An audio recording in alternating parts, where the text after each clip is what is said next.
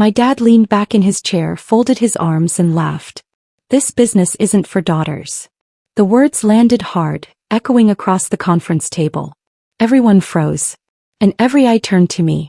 We were in the middle of a strategy meeting. The whole executive team was there. My two brothers, Nathan and Blake. 3 department heads. And me. I'd just finished presenting a proposal to expand our client services. Something I'd been working on for months. Research. Data. Projections. Everything backed up with solid numbers. My dad hadn't even looked at the materials. He just leaned back in that leather chair, the one at the head of the table that had been his for 30 years, and dismissed me with a laugh. Not a critique of my idea. Not a question about the numbers. Just that line. This business isn't for daughters. Like I was a child playing dress-up in his office. Like the 8 years I'd spent here meant nothing. The room went silent. Nobody moved. Nobody spoke. My brother Nathan stared at his laptop screen. Blake studied his phone. The CFO suddenly found his notepad fascinating. Cowards. All of them. I sat there, pen still in my hand, my presentation abandoned on the screen behind me. Waiting for someone to say something. Nobody did. My ears rang. I felt my face flush as if I'd been slapped. No one spoke. No one defended me. The silence was worse than the insult. I could feel everyone's discomfort. It filled the room like smoke. But discomfort wasn't the same as disagreement. They were uncomfortable because the moment was awkward. Not because what he said was wrong. That's what hurt most. My dad looked around the table. Now, as I was saying before we got sidetracked. My presentation. My work. Me. All of it reduced to a distraction. We need to focus on what matters. Nathan, walk us through the warehouse expansion. Just like that, we moved on. Nathan cleared his throat and started talking. Numbers. Timelines. Costs. The same kind of presentation I'd just given. But when he spoke, people listened. Took notes. Asked questions. I sat there, my laptop still open to my slides, feeling invisible. My phone buzzed in my pocket. A text from my mom. Dinner Sunday? I didn't respond. I couldn't focus on anything except the ringing in my ears and the weight in my chest. 8 years. 8 years I'd been working at Hammond Industrial Supply. The family business. The company my grandfather started in 1972. The company my dad had built into a regional powerhouse. The company that apparently wasn't for daughters. I closed my laptop slowly. Nobody noticed. My dad cleared his throat and moved on like he hadn't just erased me. That's when I realized. My dad had just cut me out in front of everyone. And he had no idea who actually controlled the contracts. The meeting continued for another 40 minutes. They discussed budgets. Hiring. Equipment purchases. I didn't say a word. I took notes mechanically, my pen moving across paper while my mind went somewhere else. To every client relationship I'd built. Every contract I'd negotiated. Every vendor I'd personally managed for years. My dad thought this business ran on his name.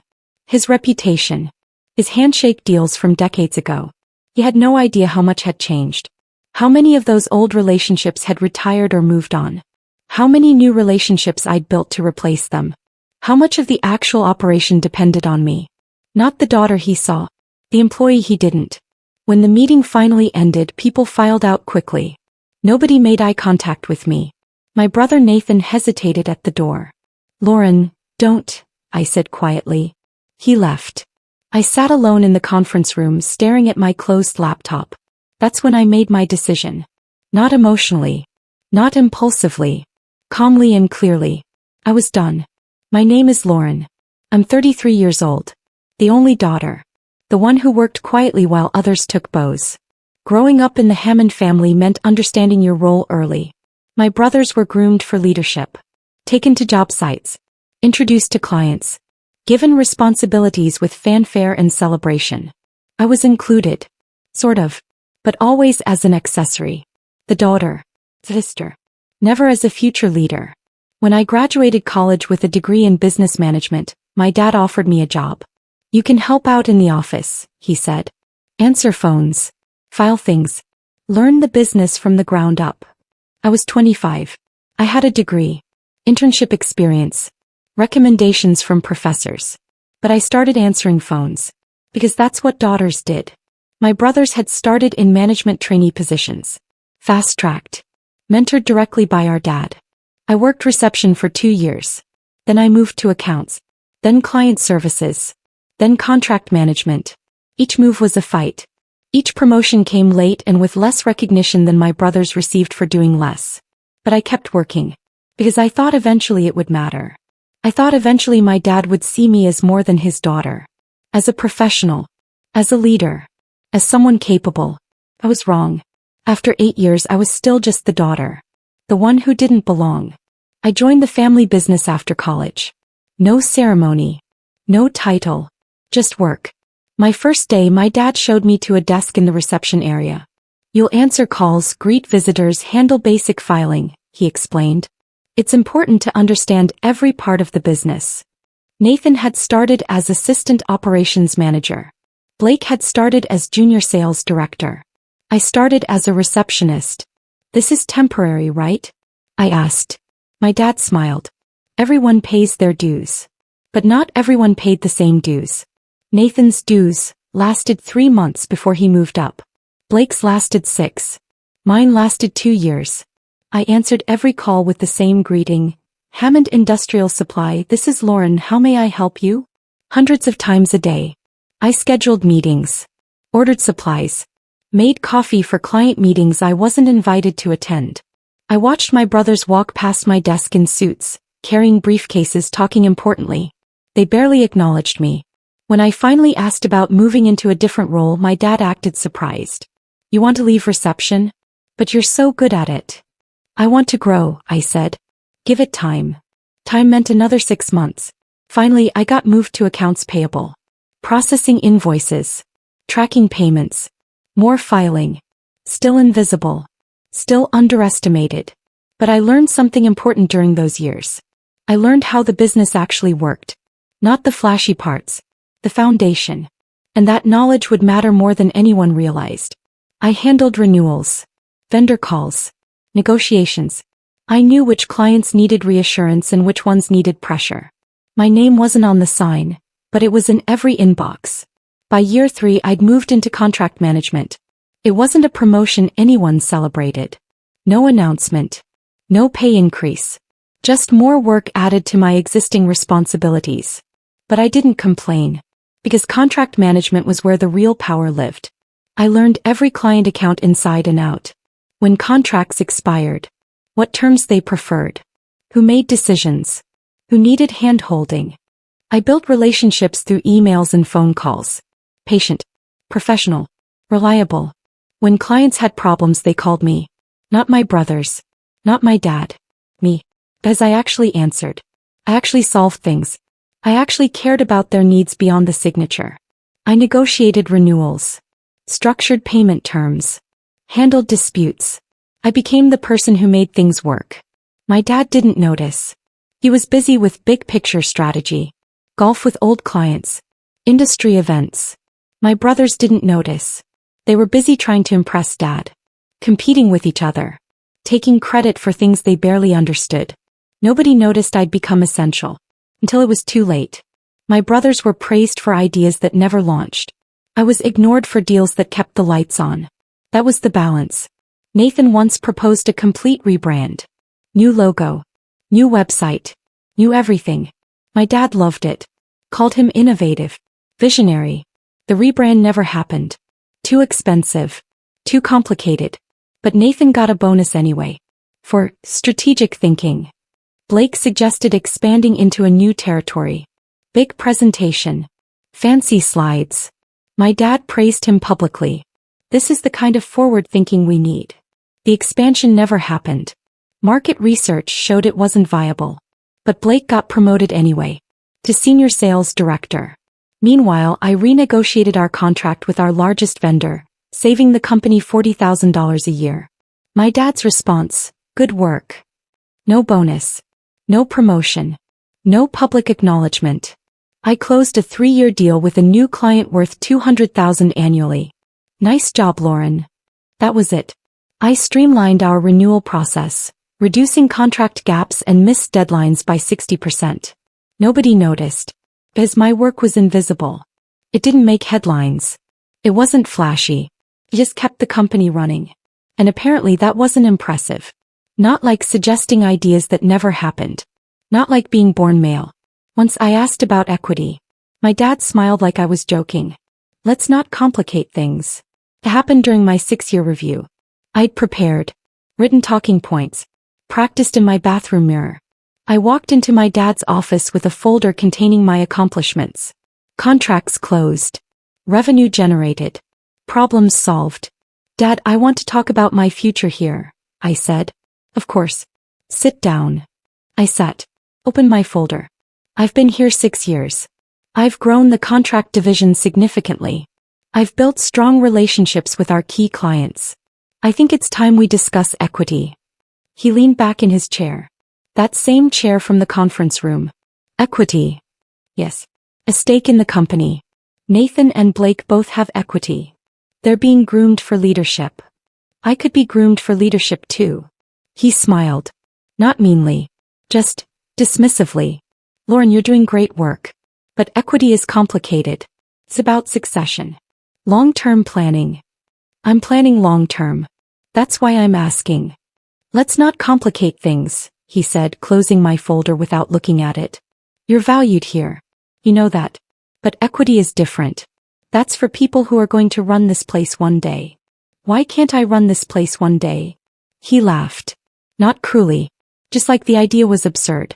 You're talented. But this is a tough business. Physical. Demanding. It requires a certain presence. Translation, it requires being a man. I left his office without another word. That was 2 years ago. I never brought it up again. The meeting resumed without me. I sat there nodding, taking notes. Already pulling away inside.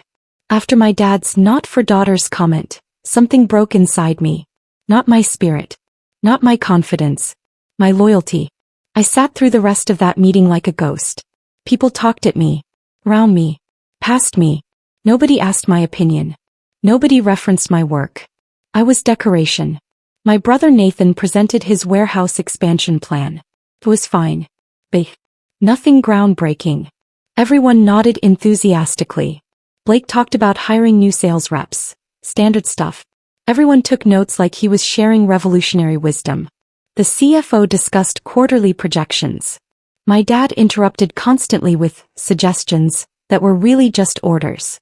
I watched it all from a distance. Like I was seeing the company clearly for the first time. This wasn't a professional organization.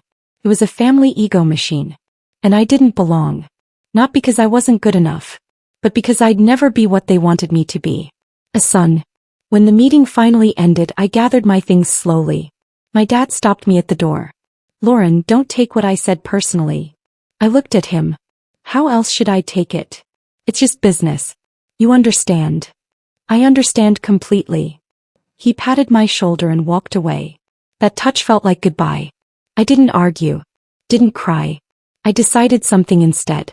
That night I went home to my apartment and opened my laptop. Not emotionally. Not frantically. Methodically. I made a list of every major client I personally managed. Then I made a list of every contract coming up for renewal in the next 6 months. Then I made a list of every vendor relationship I'd built. The numbers were significant. 70% of our active contracts had my name as the primary contact. 80% of renewals went through me. 60% of our vendor relationships were people I'd brought in or personally managed. I wasn't just a small part of the business. I was the foundation. And I'd been so focused on proving myself that I'd never realized my power. They didn't see me as essential. But the business couldn't run without me. Not efficiently. Not smoothly. Maybe not at all. I sat back staring at my screen. I could walk away right now. Quit. Start over somewhere else. But that felt like running. Instead, I decided to step back. Not dramatically. Not obviously. But let them see what happened when I stopped holding everything together. Let them realize what not for daughters actually meant. Let them learn. I stopped reminding people about renewal dates. Stopped smoothing over tense calls. Nothing dramatic. Just absence. The next morning I went to work like normal. Said good morning to everyone. Made coffee. Checked my email. But I didn't do anything extra. I'd always been proactive. Anticipating problems. reaching out to clients before they reached out to us, following up on every detail. Now I just responded to what came to me. A client emailed asking about their contract renewal timeline. Usually I'd have already sent them a proposal, already scheduled a call, already started the process. Now I just replied, "I'll look into that and get back to you." Then I didn't. A vendor called with a question about terms. Usually I'd walk them through everything, reassure them, make them feel valued. Now I said, "Let me check with management and call you back." Then I transferred them to Nathan's voicemail. Small things, subtle things, nothing anyone could point to as sabotage. I was just doing my job. Not more than my job. For the first time in 8 years I worked exactly 40 hours a week. No early mornings. No late nights. No weekends. I stopped being the safety net. And I waited to see what would fall. A longtime partner emailed asking who to speak with. I didn't reply. Neither did anyone else. The email came from Anderson Manufacturing. We'd worked with them for 12 years. I'd personally managed their account for the last 5. "Lauren, we haven't heard from you about our renewal. It's coming up in 60 days. Can you send over the proposal when you get a chance? Thanks." Simple. Routine. Easy. Usually I'd have responded within an hour. Now I marked it as read and moved on. 3 days passed. Anderson emailed again. This time to the general company address. "Hi, we're trying to reach someone about our contract renewal. Can someone please get back to us?" Nobody did. Because client communication was my job. And I wasn't doing extra anymore. A week later, Anderson's purchasing manager called the main line. The receptionist transferred him to Nathan. Nathan sent the call to voicemail. I watched it all happen from my desk. Saying nothing. Doing nothing. Just watching. 2 weeks later, Anderson emailed my dad directly. "We've been trying to reach someone about our renewal for 3 weeks. This is unusual for Hammond. Is everything okay?" That's when people started noticing. But they didn't understand yet. They thought it was a fluke. One dropped ball in a normally smooth operation. They had no idea how many balls I'd been juggling. Or what happened when I stopped. The first contract expired quietly. Then another. No one noticed. Yet. Anderson Manufacturing's contract lapsed. They didn't renew. They didn't cancel dramatically. They just lapsed. Because nobody followed up. Nobody sent a proposal. Nobody maintained the relationship. We lost 12 years of business because no one responded to an email. Then it was Hartley Industrial. Then Cornerstone Supply. Small accounts. Nothing catastrophic. But steady revenue just disappeared. I watched the client list shrink. Said nothing. My dad started asking questions in passing. "Have you heard from Anderson lately?" "Not recently," I said. "They usually renew by now.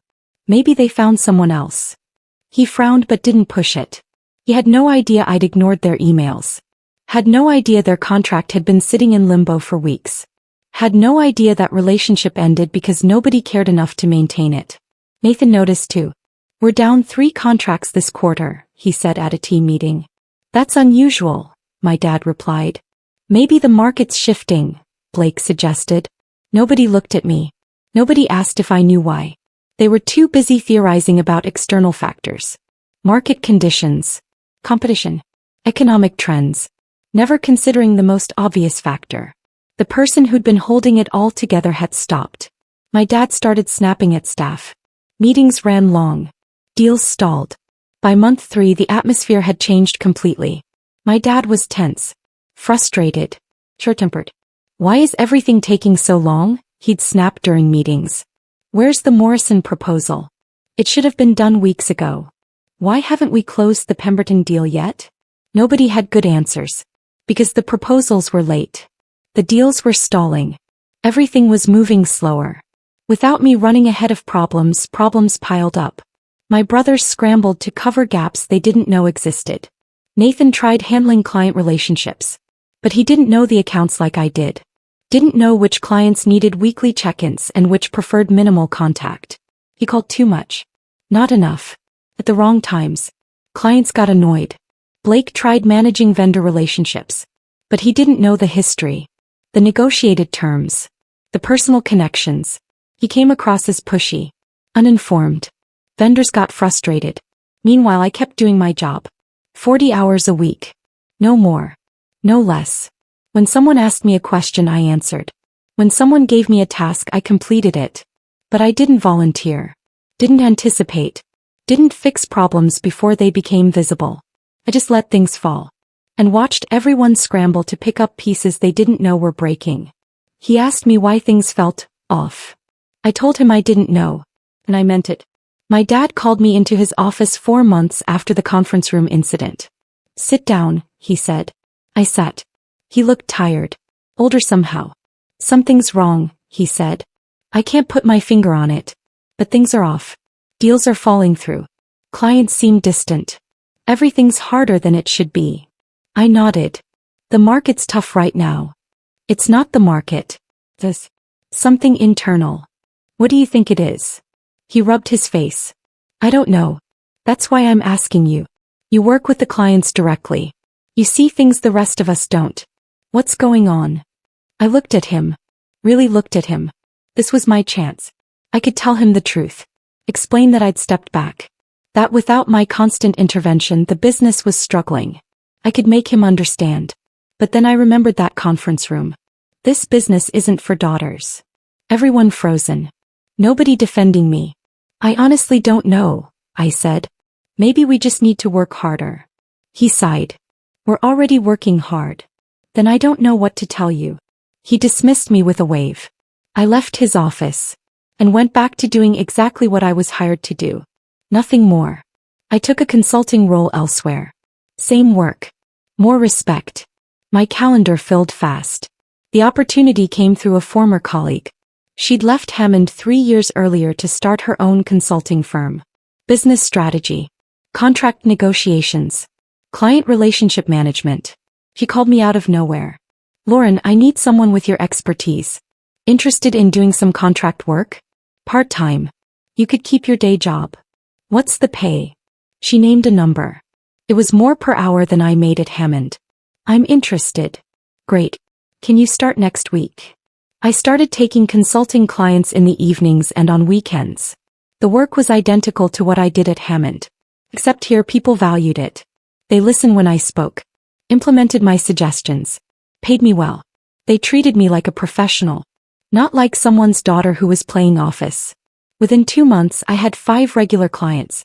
Within 4 months, my consulting income matched my Hammond salary. Within 6 months it exceeded it. And people started noticing. Industry contacts. Former vendors. Even some of Hammond's old clients. They reached out asking if I was available for work. My reputation had grown beyond my last name. People wanted me. Not the Hammond name. Not my dad's reputation. Me. A former client followed me. Then another. They trusted me, not the logo. It started with Pemberton Industries. They'd worked with Hammond for 8 years. I'd managed their account for 6. When their contract came up for renewal, they called me directly. "Lauren, we'd like to continue working together. But honestly, things have felt different at Hammond lately. Are you still our primary contact?" "For now," I said carefully. "Because if you ever left, we'd want to know. We trust you. Not just the company." That statement sat with me for days. They trusted me.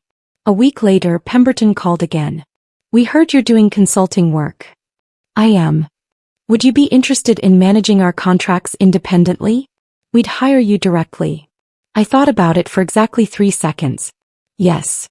Pemberton became my first major independent client. Then Morrison Group reached out. Same story. "We heard you're available for contract work. Can we hire you?" Then Cornerstone. Then Hartley. The clients Hammond had lost weren't lost to competitors. They were waiting for me. They'd rather work with me independently than work with Hammond without me. That's when I realized the full extent of my power. I wasn't just important to the business. I was the business. And I'd been too busy proving myself to see it. An audit revealed how many contracts were personally tied to my relationships. My dad read the report twice. Then again. The audit happened because my dad was panicking. Revenue was down 18%. Client retention was the worst it had been in 15 years. New contracts were barely covering losses. He hired an outside consultant to figure out what was wrong. The consultant spent 3 weeks interviewing everyone. Reviewing files. Analyzing data. Then he delivered his report in a closed-door meeting. I wasn't invited. But Nathan told me about it later. The report basically said you're the reason everything's falling apart, he said quietly. What? Not in a bad way. The consultant found that most of our stable clients have personal relationships with you. Their primary contact info lists you. Their notes reference you specifically. When they have problems, they ask for you. And when you stopped being proactive, those relationships deteriorated. The consultant said you're the glue holding the client relationships together.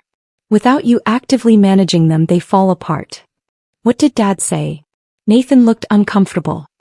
He read the report 3 times. Didn't say much. Just sat there. Did he mention the conference room? The not for daughters thing? No. But he looked shaken. Good. He should be shaken. He'd built a business on my back and never realized it. Now he was finally seeing the foundation. And it was crumbling. Emergency meetings. Blame passed like a hot plate. No one said my name, but everyone thought it. The following week, my dad called an emergency executive meeting. Everyone sat around that same conference table. Same seats. Same tension. But different energy. My dad looked around the room. We need to address our client retention problem. Nathan shifted in his seat. Blake stared at his laptop. Someone explained to me how we lost 8 major contracts in 6 months.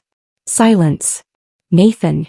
I think clients are less responsive than they used to be. I've been trying to reach out, but what? They don't return my calls as quickly. My dad turned to Blake. Your sales. What's going on? The market's competitive. Other companies are undercutting our prices. We've always had competition. This is different. More silence. Finally, the CFO spoke. The audit report was clear. Client relationships are personality-driven. Specifically, they're tied to Lauren. Every eye turned to me. I looked back calmly. Is that true? My dad asked. The report said that. Not me. But is it accurate? I manage most of the client accounts. So yes. They know me. And you've been? Doing my job.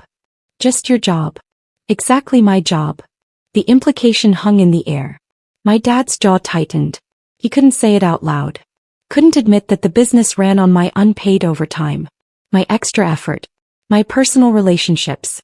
Because admitting that meant admitting he'd been wrong. My dad asked me to come back.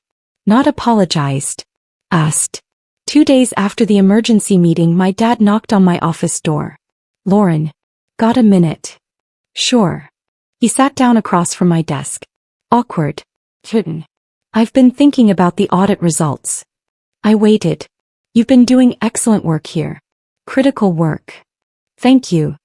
And I think maybe we haven't recognized that properly. Okay. So I want to make some changes. Give you more authority. Better title. Raise. I nodded slowly. What kind of title? Director of Client Relations. And equity? His face tightened. Let's start with the title and see how things go. There was more responsibility, more recognition, but still not equal, still not truly valued, just temporarily useful.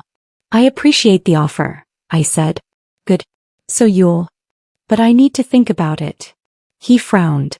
Think about it? Yes. This is a big decision. What's to think about?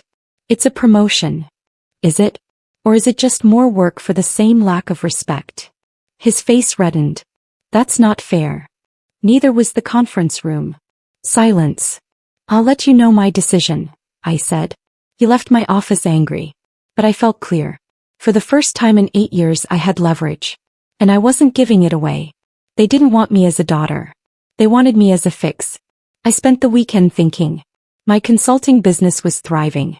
I had steady clients. Flexible schedule. Respect. Hammond offered me a better title and more money. But the same underlying problem. I'd still be the daughter. The one who had to prove herself constantly. The one who'd never be truly equal to my brothers. More money didn't fix that. A better title didn't change the family dynamics. I'd just be a higher paid band-aid on a company that didn't value me. They needed me now because the business was failing without me. But what about when things stabilized? Would I still matter? Would they still value me? Or would I go back to being invisible? The answer was obvious. Monday morning I walked into my dad's office. I've made my decision. He looked up hopeful. And? I'm declining the promotion.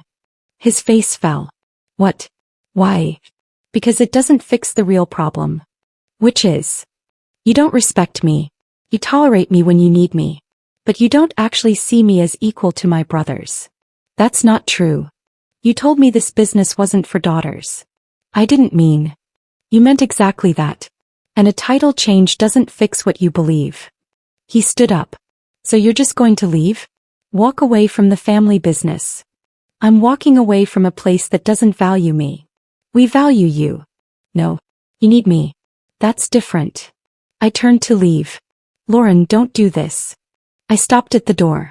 I already did. I said no. Politely. Permanently. I submitted my resignation that afternoon. 2 weeks' notice. Professional. Clean. My dad didn't speak to me for 3 days. Nathan approached me in the break room. Are you really leaving? Yes. Because of what Dad said. That was months ago. It's not just what he said. It's everything. Years of being overlooked. Underpaid. Treated like I don't belong. He's willing to make changes now. Because he has to. Not because he wants to. Nathan looked uncomfortable. What about us? Me and Blake. What about you? You're just going to leave us to figure this out? I almost laughed. You've never cared about figuring things out before. You've just let me handle everything. That's not fair. Fair would have been backing me up in that conference room. Fair would have been noticing my work. Fair would have been treating me like an equal. He didn't have a response. Blake never approached me at all. My last 2 weeks were quiet. I documented my processes. Created handoff notes. Tried to make the transition smooth. Not for them. For the clients who deserved better.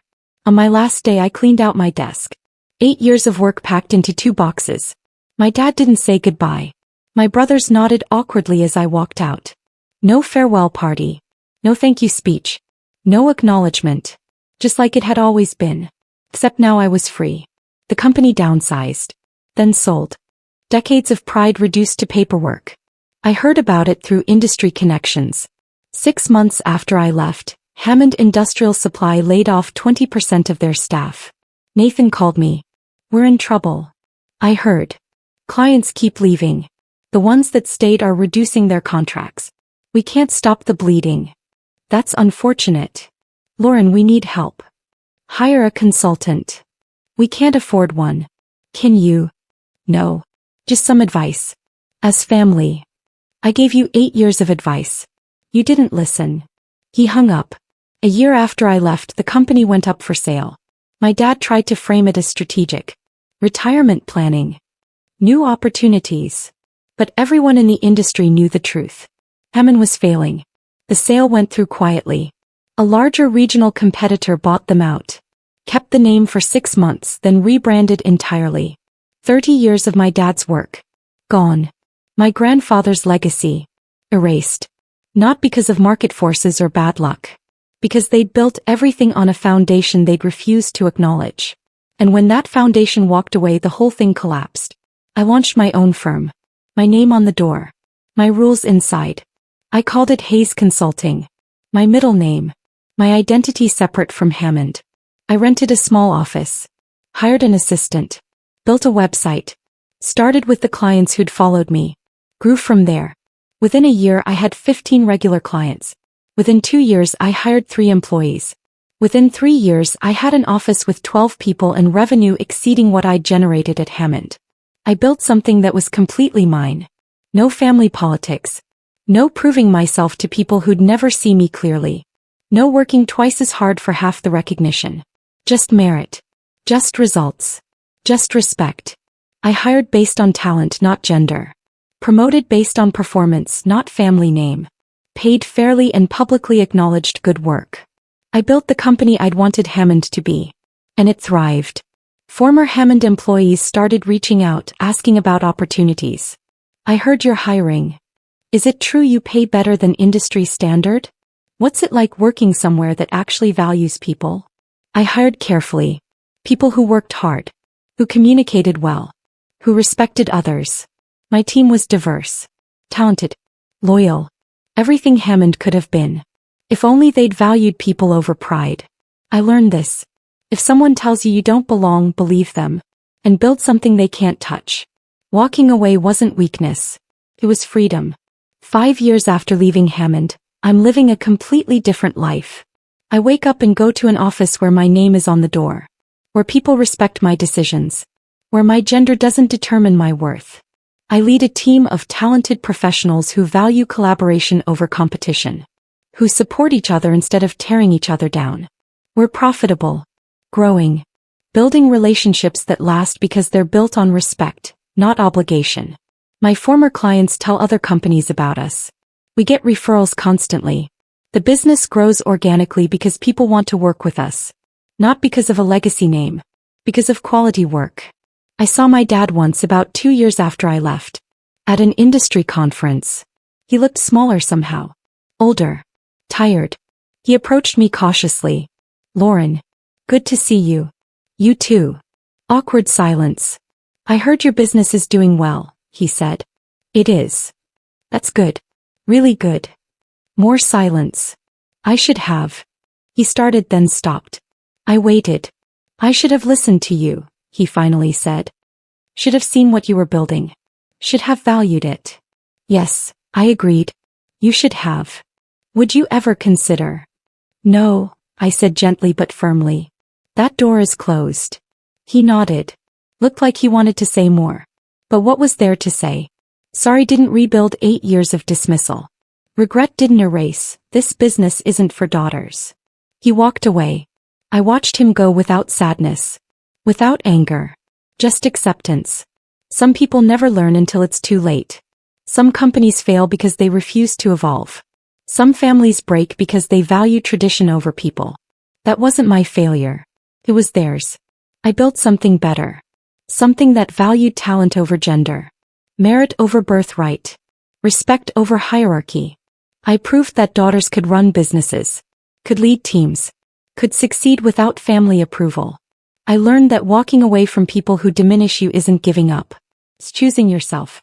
It's refusing to shrink so others can feel big. It's understanding that your worth isn't determined by whether others recognize it. My dad told me the business wasn't for daughters.